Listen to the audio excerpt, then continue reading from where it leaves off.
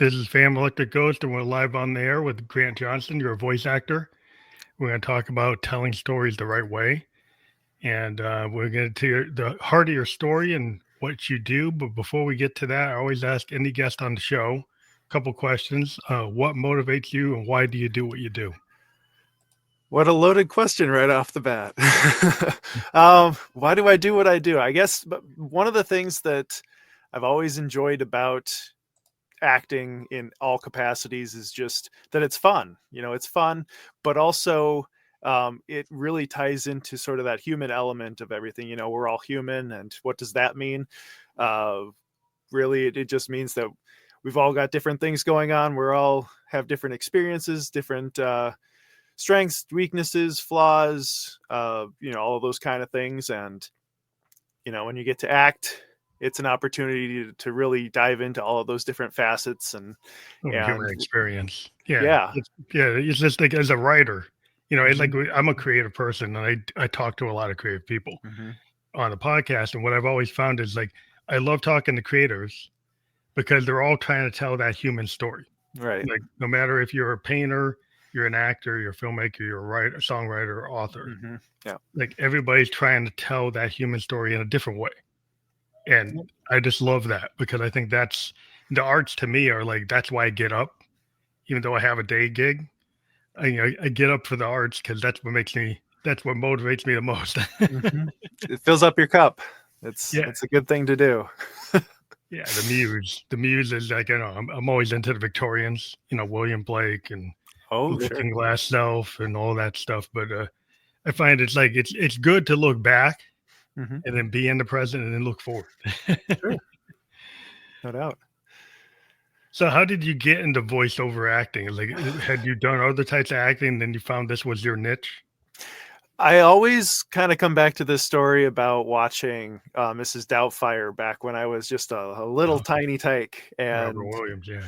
yeah, it was it's such an eye-opening experience. Just even getting to see how the sausage is made. Most people typically don't like that part of the process because it's like, oh, I wanna be in the illusion, but Yeah. actually getting to see kind of it's the microphone and the script, and in some cases you've also got the source material where you've got uh, some sort of visual cue where you got to try to make everything line up, and other times it's just you're basically allowed to be you, like what he did in Aladdin. He just Hmm. riffed and went off the cuff, and then poor animators had to try to figure out, how do I turn this into something that I can show kids? Yeah. How can I bring that back into this space? Yeah. But But I think it's the kind of flow state artist when you get a guy, like a Miles Davis, a Coltrane, right? Mhm. The whole thing was that type of jazz, and you got into like modal jazz, Mhm. you got into fusion jazz. It's like you can have a structure, but you Right. can go off. You Mhm. could go into dissonance, you could go into different things, you could go off the page, right? You don't have Yep. to go note for note. Mhm. Yeah. You Well, might that's still have structure, but you don't have to go note for note all the time. right. Yeah, that's the nice thing about the arts, is that when when it comes to sort of the pedagogy, or just sort of the education behind learning how everything works, you set that good strong foundation so that you know where the box is, and then find creative ways to Break out of it. break out of it every once in a while. Yeah. It's just interesting, like the imagination that goes into when you're doing like a voiceover. Hmm. Cause I love I like listening to like old radio programs Right. and the imagination that took it. Like I even like I grew up listening to like comedy records on vinyl. Hmm. I'm a child of the Yeah. 70s. And so my dad had all these comedy records. And he had some of the classic Bill Cosby records. Hmm. And I was like, wow, like how you could get brought into the story. And we had the TV, but sometimes we turn off the TV and just listen to that. Right. And it was like something about just being in a room on the couch listening to the voice actor, and then it lets your imagination, like reading a book. Yeah. Yeah, the theater of the mind, it's a cool thing.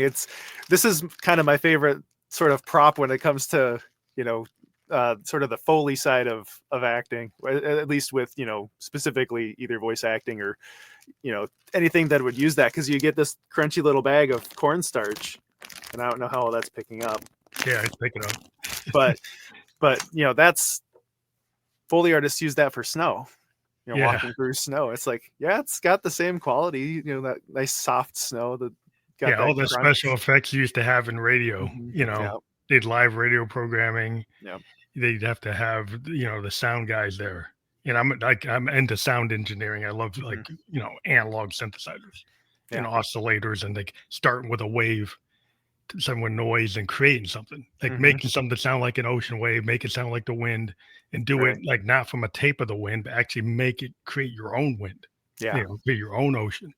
I've tried that a few times with different sine waves or sawtooths or those kind of things, and Yeah. it's weird how much you can do with those things with just Yeah. a basic Oscillators. workstation, and I don't even use like the oscillators or any of that kind of stuff. I just have my DAW, so I Yeah, just the DAW can do the same throw it things. in there, and well, in mine I don't know how to use that. I don't know if Yeah. Audacity has that capability, but Yeah, it's interesting because I'm an analog guy. I like tons of I have Moogs and modulars, Mm. and it's just the idea of like sound painting, Right. which I think you can probably understand. Yeah. Because it was kind of a term. Hendrix talked about it. People asked him about Electric Lady. And if you ever listen to Electric Ladyland, you Okay. hear all these like cosmic noises. You hear wind, you hear birds. He's doing that with the guitar. Sure. He's not using a synth. So he's like kind of one of the first progressive artists. He's like taking the guitar to do synth type things Mm-hmm. and do atmospheric type of recordings. Yeah. Peter Frampton did some of that kind of stuff too, right? Yeah. Yeah. There's a bunch of guys who were in that zone that started Mhm. realizing what you could do with the effect pedals and what you could do with the guitar, different tunings, and using the studio as an instrument, if you think about the Beatles and their producer, Right. and the fact that they would go in there and they just George Martin. Mhm. He started to say, "Hey, we could be like Monet. We don't have to play it like Hamburg, Right. where we do it what we can physically do on stage. We can actually make the studio be an instrument." Sure. And then, I wonder, like when you're playing with your voice as a voice actor, and everybody knows, like you can channel different things. Your voice is an instrument, Mhm. as Oh any yeah. musician knows. So how do you like approach that? Ooh, that's a good question. I tend to kind of play off of sort of, again, kind of going off of what people have done in the past, looking at it's very hard to not fall into a lot of these kind of stereotypical tropes, but uh, they are a nice starting point, and they're also a good way to, again, we were talking about getting outside of the box when you think about different roles. One kind of, I think, well-known role, if you look at like sort of Disney movies, Disney animation, for the movie Hercules, they hired James Woods to play Hades, and all of the people, they see Hades, Lord of Death and Darkness or whatever. They're like, "Oh, I'm gonna come in here and have this really deep, kind of brooding voice," and then he's like, "Hey, how you doing?" I don't know.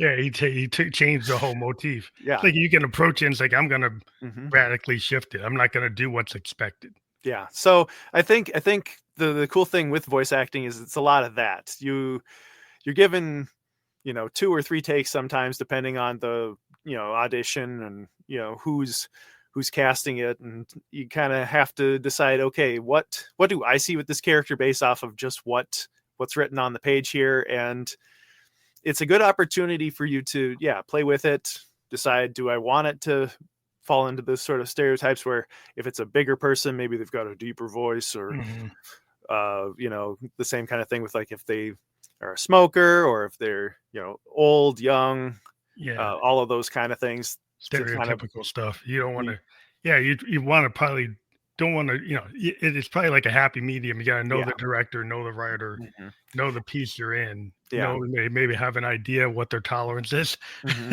And another kind of interesting thing is that recently we've got kind of this, more people are looking to do sort of grounded, authentic sort of performances. So For commercials, that means having these conversational reads that it sounds like you're just talking to a neighbor or a friend. Oh, like you're like And somebody on a podcast. You're just a regular yep, person.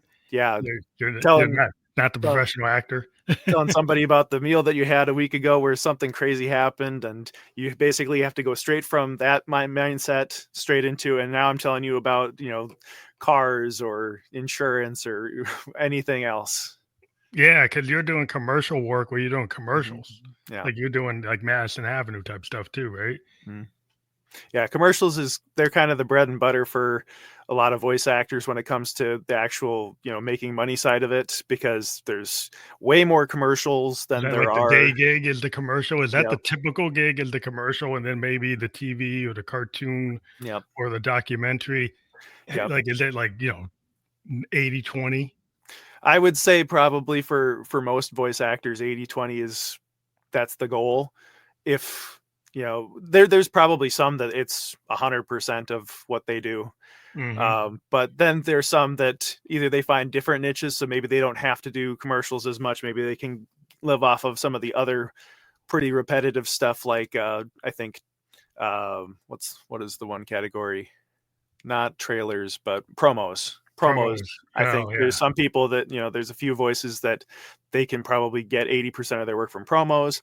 There's some that they can make 80% of their income off of animation or video games because they also do going to conventions and signings, or Yeah, doing things on is Cameo. are video games like the new cartoon? Because like cartoons, like being a child of the '70s Mhm. and Hanna Barbera was doing a lot of cartoons, right? But Yeah. now you say like maybe that doesn't seem to be a lot of new cartoons coming from that direction. They Yeah. seem to be coming from other directions. Yeah, traditional animation, I think there's kind of a it's kind of segmented in a bit. You've got sort of the feature films, which you've got kind of the typical players in that realm. I think Cartoon Network's kind of winding down, so some of the like kids animation stuff. You've still got, I think, Disney doing some of that. You've got Nickelodeon still, Mhm. but then I guess I don't really know a whole lot about who else is putting on a lot of those. Um, and A lot of then stuff seems to be coming from the East, like the yes, anime. anime is 'Cause a I'm a big fan of like mhm, Japanese K-drama, yeah. Chinese dramas, and Mhm, Taiwanese animation, Japanese animation, Korean animation, yeah. and I lived in Japan, and Mhm. in that world, like the adults like the anime. Oh, sure, yeah. They read manga on the train. The salary men Mhm. are reading manga on the train. They're Yep. not just reading the paper, Oh, and yeah. so it's very prominent. There's all kinds of new properties coming out like all the time. Right. So what's interesting is like maybe that's kind of taken over because maybe our audience, the younger people, it's coming from that direction, and maybe there's an opportunity for the dubbing. Right. I Yep, don't there know. certainly is. Yep. Yeah, there's a lot of, and I think it's kind of interesting too now that with as much as things have opened up with the advent of the internet and these kind of things, it's making it a lot easier for people who do live in some of these more rural areas to put their voice into some of these projects that they otherwise wouldn't have had Would an never got opportunity to because to they in can the actually past. have a decent studio in their home, Yep. and then some company overseas actually Hmm. comes and talks to them and is like, "Oh yeah, we'll give you can do the work if you can get it in Right. at the level of quality we need. Like boom, you can Mhm. do it." That's right. Yeah, exactly. But to back to your point about video games, I do think that video games there's definitely a lot of that going on. And here's kind of an interesting, uh, I would say, topical thing that just happened. I participated in a game jam, so that's where people get together for a very short amount of time. Sometimes it's a day, sometimes it's as much as like a month. But a group of people, most of the time they're people that they've never met each other before, Mhm. and you just get together and build a video game from scratch. And you're given like maybe a prompt, so a theme to build off of. And Oh wow.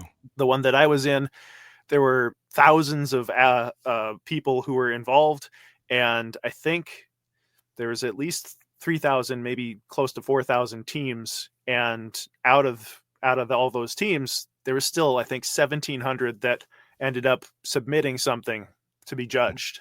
Wow, that's cool. Yeah. Well, yeah, there seems to be a lot of energy because if you look at the way the games are, a company like just a name tag like a Rockstar, Yeah. making a Grand Theft Auto, that's like a movie. They're Mm-hmm. taking like years to do it. They have like Mm-hmm. it's being cast like a movie. Right. Some of these games are being cast like movies, Mm-hmm. like Disney movies. Yeah.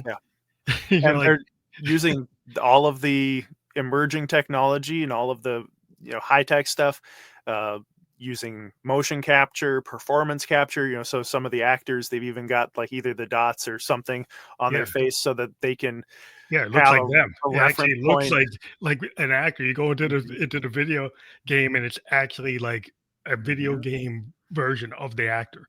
Absolutely. Yeah, it's So your wild. their mannerisms and like their acting capabilities been captured by the motion capture, and they got their Hmm. voice, and they've acted the whole scene out in multiple scenes Yep. because different directions. Yep. Depending on what you do, it goes this way, it goes that way, whatever. It just seems like that means there's a lot of content that needs to get created. So is there a big pipeline Uh, there's a lot of work.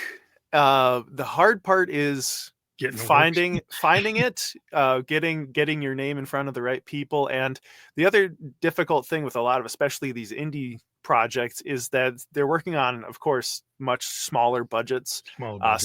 Some of them are royalty share or basically revenue share type of deal where based off of what the video game eventually does, that's kind Oh, of so you your get profit. Like what you you've been get, yeah. promised. Yeah. It's like when you get And into a startup, they might yeah. give you like stock instead of salary. Which Yeah. some of them, it might pay out because, some of these uh indie games, I know, things like Undertale, Super Meat Boy, Yeah. uh Sometimes they you blow up. You you never got know. It's like they yeah. can blow up. It's like you come in on the ground floor and they gave you like a Mhm. royalty based payment based on the sales, and the sales go through the roof. Right. That It could be pays a very big payday, but on the other side, you're taking a risk there. And that's like a lot of business owners. And that's kind of a cool thing, I think, is that again, we're opening all of this stuff up to all of these people who wouldn't have these opportunities otherwise. And it's a really nice way for somebody who doesn't have a lot of that kind of business acumen and business experience to at least, dip their toe in the water and say, hey, yeah. is this something that I might be able to do for a living? Yeah, it's cool to be able to be in the arts Hmm. and to not have the typical in the cube Right. job, in Hmm. the box. Yeah. And like you said, there's like to tell the story. Hmm. Being a voice actor, you're framing a story. You've envisioned it like any actor. Right. You pick up that script, you pick up the teleplay, pick up the screenplay, Hmm. pick up the video game script, and you interpret what you think that character needs, Right. right? Or how it should be portrayed. Hmm. And so it's like when you're looking at scripts, like do you have like agents to send you scripts, or you're just doing it yourself? Yeah, I do have an agency out of San Diego. It's Innovision Talent Agency, and they're relatively new. I think that they've been more or less operational for just the last year or so, as far as actually sending out auditions and things. But that's part of the game. You gotta get an agent and work with them and see what you can do for them, and hopefully you can book enough spots that they keep sending you auditions and you keep booking work, and it just builds from there.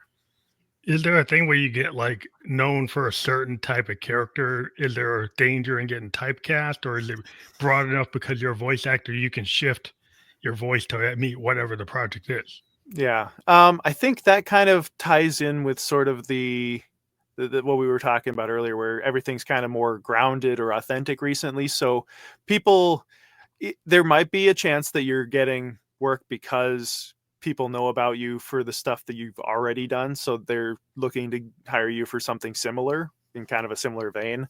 But that's not necessarily a bad thing, No.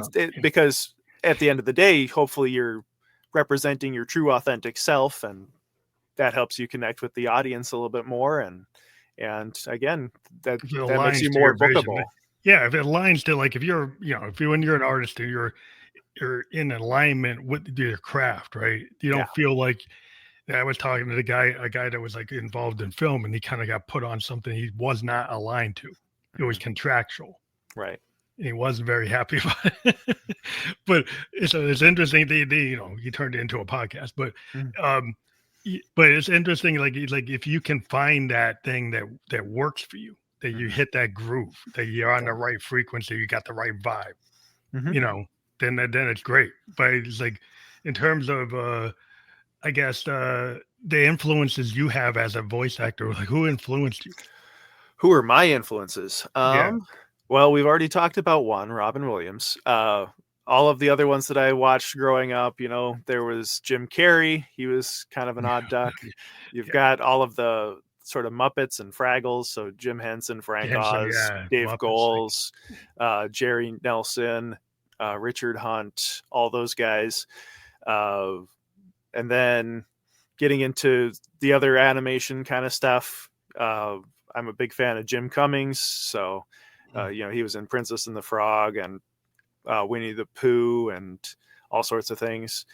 Um, and yeah, then Casey there's Kasem for me. I remember hearing sure, him on like Scooby Doo and yep, Battle on the Planets and like anything else that he hmm was doing. He's doing like everything. yeah. No, one of his coworkers, Frank Welker, he's one of the biggest voice actors in terms of just overall stuff that he's worked on. Frank Welker, yeah, he was Fred in Scooby Doo, but then he's also been uh, Apu and the Cave of Wonders in Aladdin. He Hmm. was Cujo in Cujo. He's done a lot of dogs, basically, a lot of monkeys, and a lot of other just random stuff. He was, I think, Megatron in the original Transformers, Dr. Claw. Yeah, He's yeah, been I know all all over the that. place. Yeah, I know all that stuff. Mhm. But yeah, it's fun.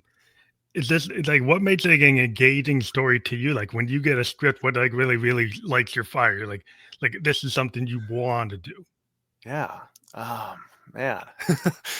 What's engaging? I think, generally speaking, when it comes to character work I think is a little bit more engaging for me personally than the commercial stuff. So I do like that stuff a little bit more.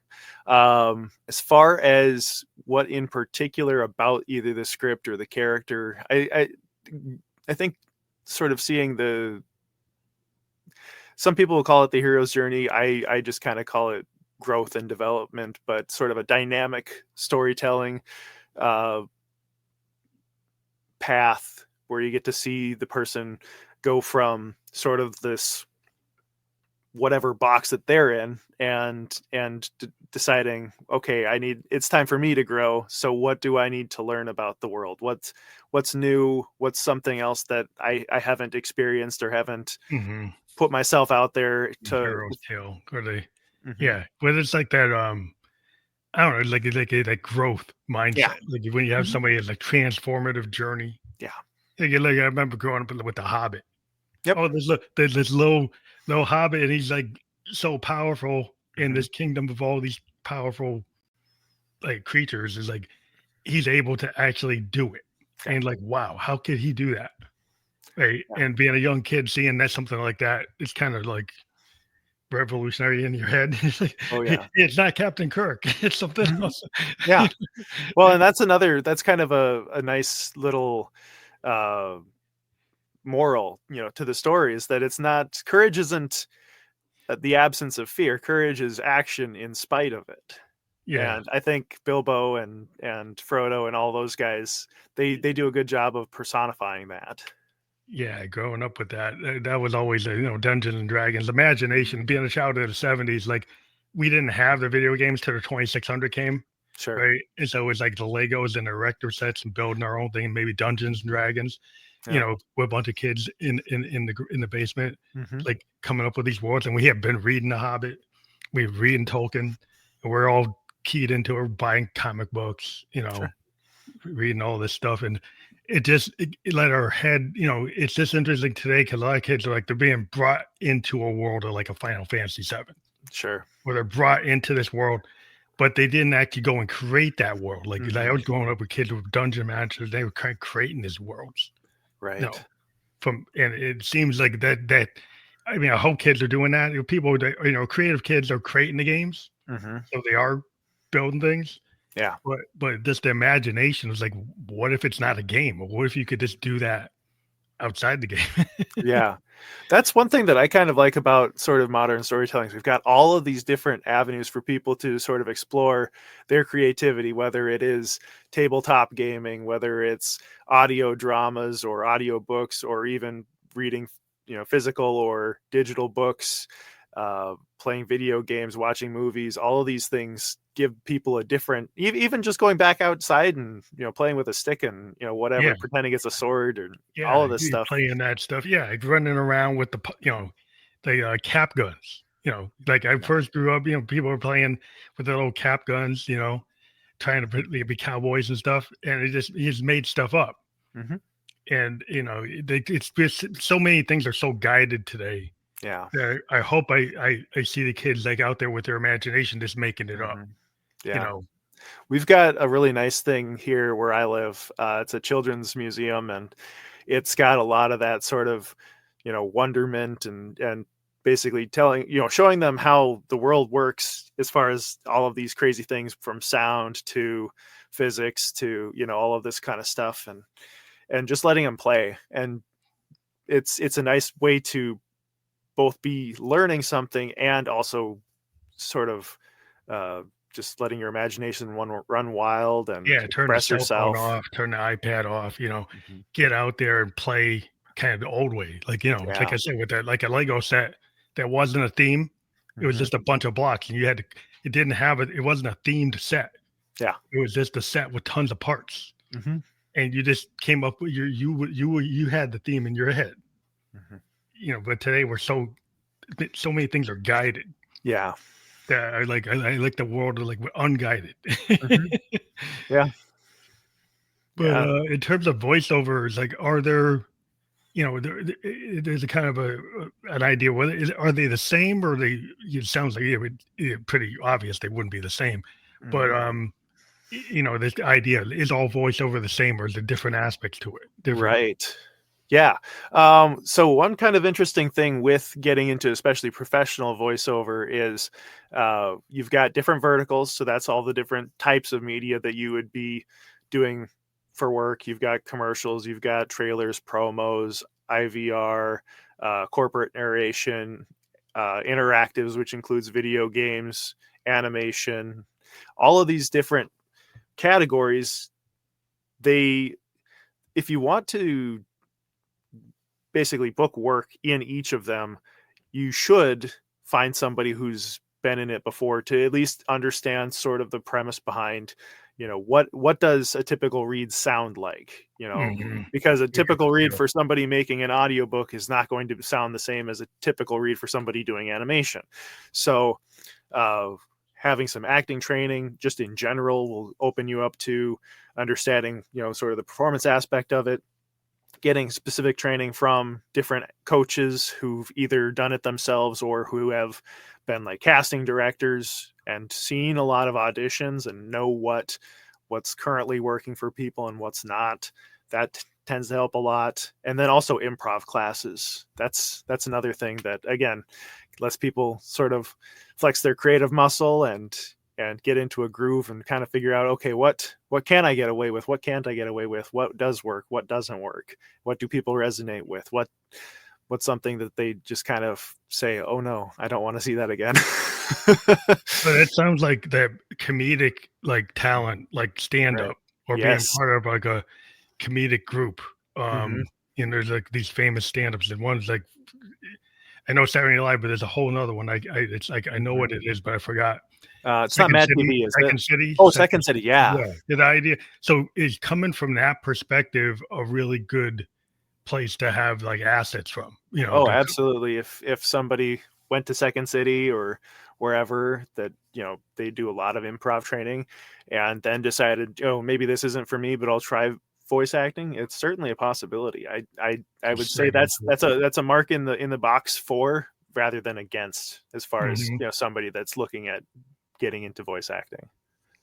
What about like documentary, like filmmaking, like independent documentary? Like you hear, like you watch PBS. There's a lot of Mhm. voiceovers, but Sure. they tend to get fake people have certain like quality voice. Right. So they're looking for like somebody that has this voice that's going to Hmm. fit the nature documentary or fit the, historic documentaries, Yeah. period documentaries, and there's all kinds of Mhm. room for Yeah. these voiceovers, but maybe there's not. So that's the question: is there room in that, or there's established players and you can't really get in?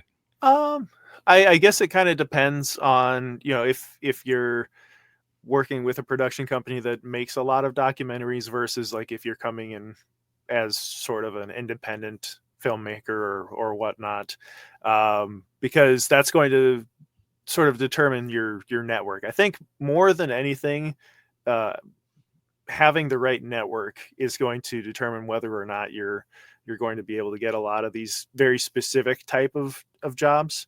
Hmm.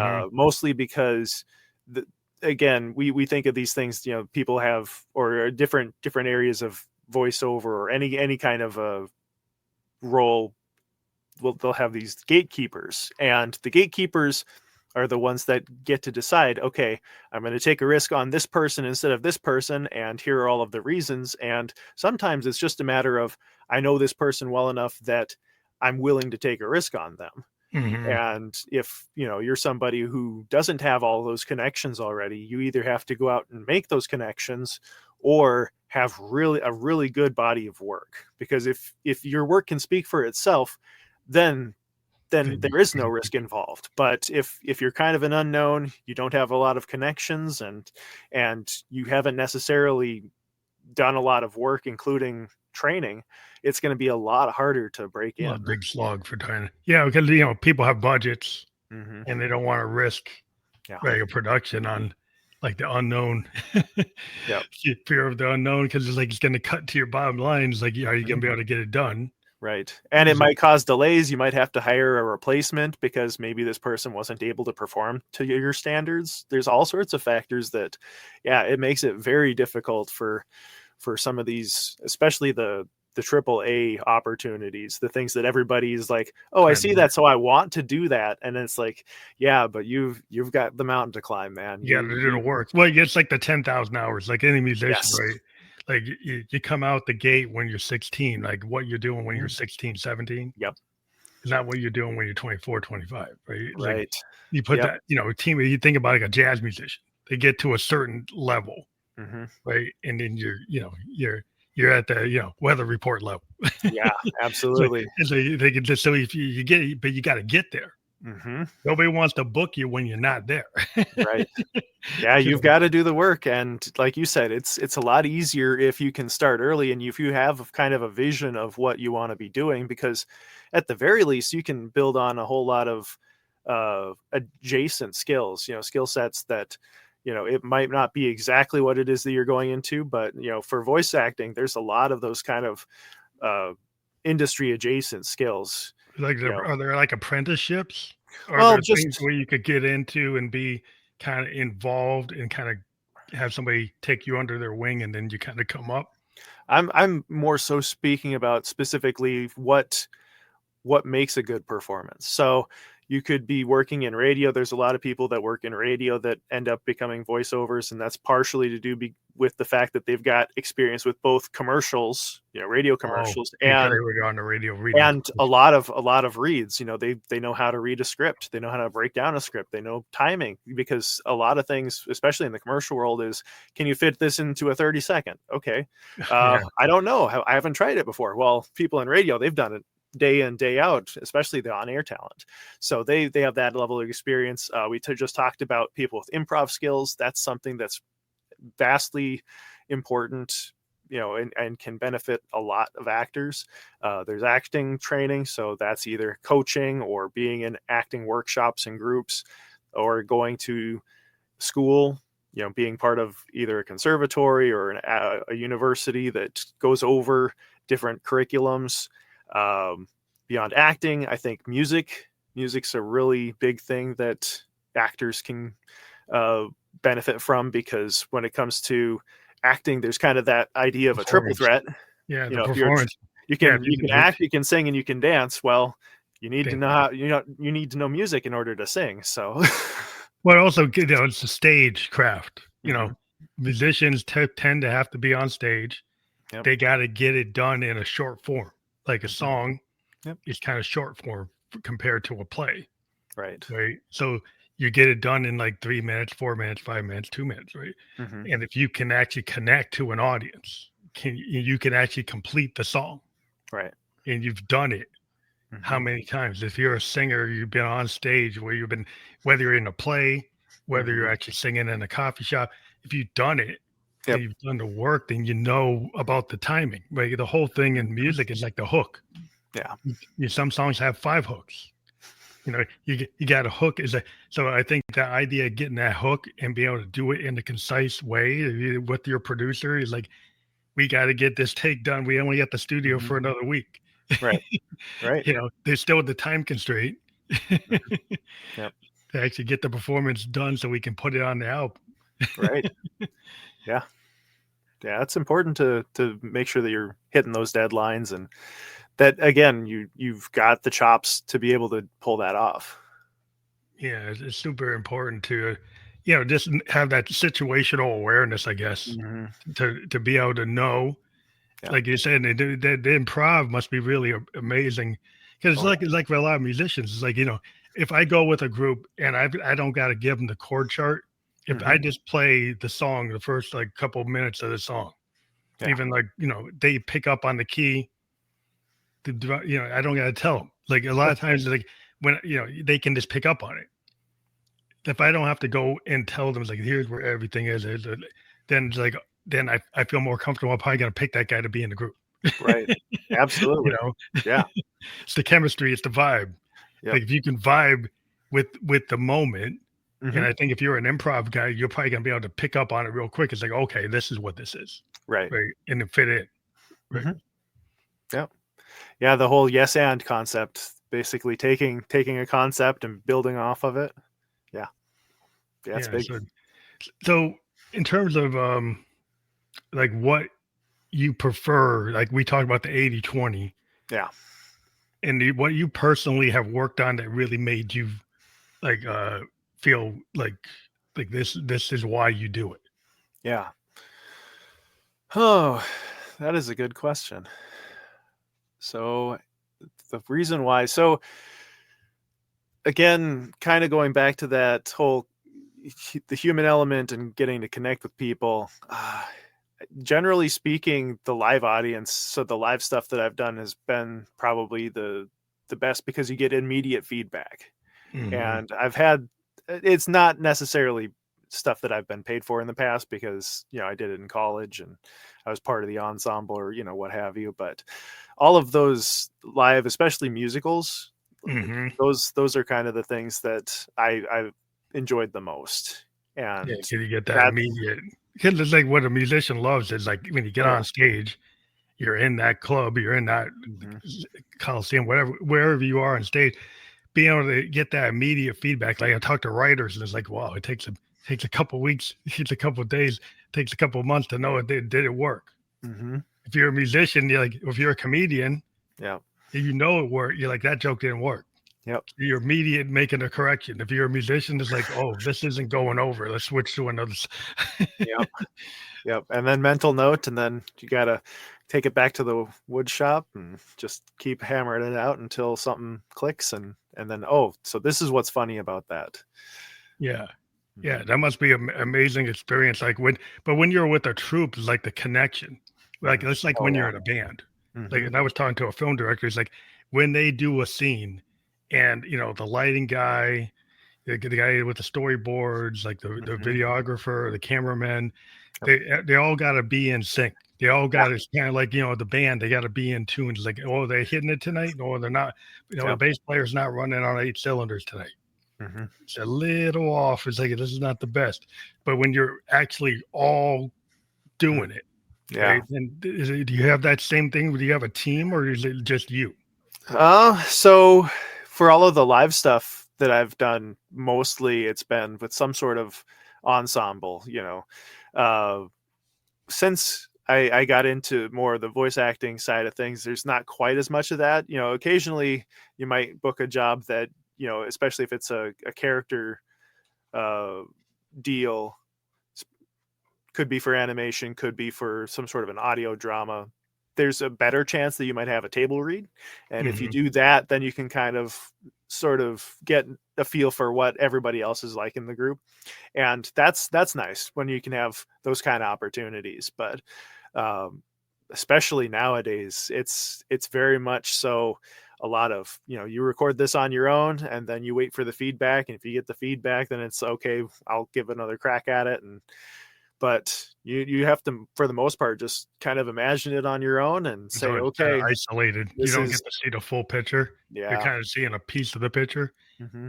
and then you got to figure out like, well, how does that weave Yep. compared to being like in an ensemble, Yeah. or like if you had a bunch of voice actors in the box Hmm. and you're kind of going line by line interacting. Yep.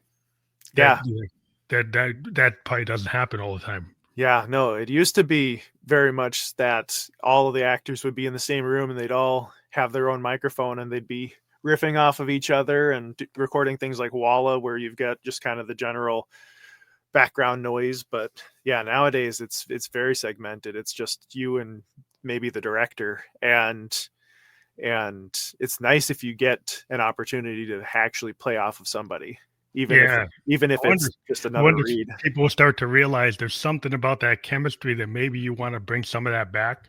Like I right? would think, like a lot of times it's like musicians, like I was like, am I going to use my DAW? Or am I actually going to use this Steinway piano? Yeah. Right? Am I actually going to go use like the sample, or am I actually going to play the guitar? Yeah. Right? And I think with all of this AI stuff that's we're on the kind of onset of that. I think there is going to be a sort of a resurgence of people going to live events and having live art and live yeah, 'cause I acting think and all of it'll that become stuff. like fast food. Like there's a reason you go to the food truck. Hmm. Right. There's a reason you go to that donut shop that's in a hole in the wall and don't go to the big chain, Yeah. because sometimes you want that handmade thing. Hmm. Sometimes you want that human peculiarity that is different. Yep. It's all it's all made out of flour and eggs and oil, but the Hmm. way this guy does it is Yeah. not the same the guy as this guy does it, right?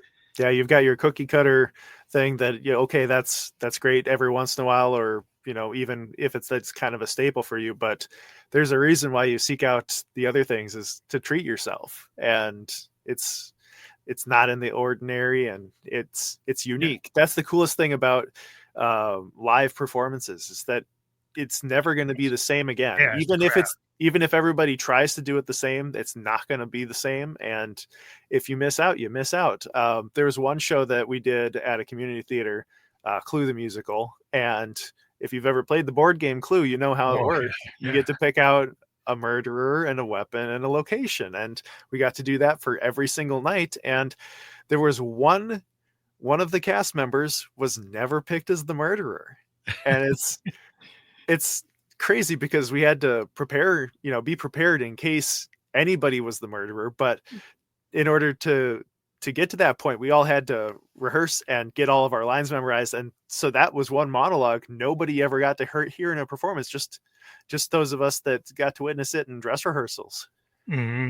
Well, I think that's what I love about like live music, Hmm. especially like freeform jazz or experimental music, experimental like electronic music. Yeah. And I love like seeing these guys in Berlin, Hmm. in Netherlands and Norway, and they're just like riffing Yep. off of these Moogs and off of Euro racks, and it's kind of like fusion jazz. When if you ever saw Sun Ra, if you ever saw Miles Davis or Coltrane in their day, Hmm. when they were in the middle of it, you're like, yeah, there's something about that the AI is not going to ever replace that. The Hmm. AI is it's like that. It's like there's something about. I know there's a democratization of things and these tools that give everybody can be an artist, Yeah. but there still are artists. Yep. you know?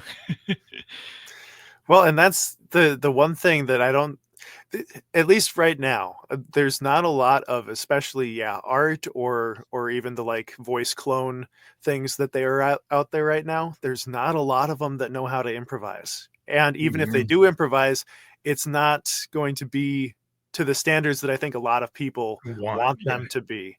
yeah. And that's a beautiful thing, because that means, I think the The human human experience element. Yep. is always going to be there because there's nothing that like, you're the way like a method actor or a way of any Mhm, actor takes what's inside of them, takes mhm. like what's around them, and synthesizes it in the moment.